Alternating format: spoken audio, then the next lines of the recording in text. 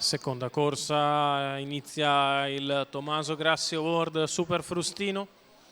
È stata ritirata Erin Stecca, che non era in condizione di correre, e così sono in 9 dietro le ali della macchina. Prende i 2 punti del ritiro Antonio Simioli.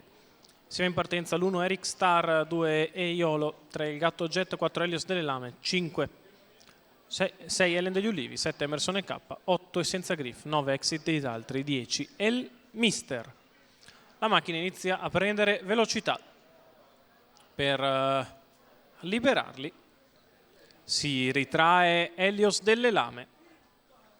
Partiti con il Gatto Jet che va a condurre nei confronti di Ellen degli Ulivi all'esterno, che lo impegna. Poi parte bene dalla seconda fila Exit dei Daltri che precede Eiolo. Si imbocca la prima curva con il Gatto Jet al comando, che rientra a Ellen degli Ulivi. Cerca posto in corda ma non lo trova per l'inserimento di Eric Star. I primi 200 metri se ne vanno in 14,9. Sbaglia Ellen degli Ulivi. Rimane così al comando facile il Gatto Jet. All'esterno Exit dei Daltri che si trova allo scoperto. Seconda pariglia sempre per Eiolo che precede El Mister, mentre la terza posizione allo steccato è di Essenza Griff.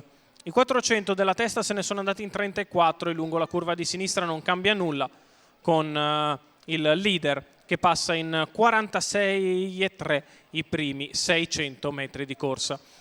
Al passaggio davanti alle tribune guida il Gatto Jet su Eric Star, di fuori Exit dei Daltri, poi la pariglia composta da Essenza Griff ed Eiolo, quindi alla retroguardia ci sono Helios delle Lame ed El Mister. La metà gara se n'è andata con un'altra frazione in 38, parziali costanti quelli imposti da Maurizio Cheli al comando, 1:16,7 il primo chilometro di gara e il Gatto Jet in vantaggio, Eric Star nella sua scia.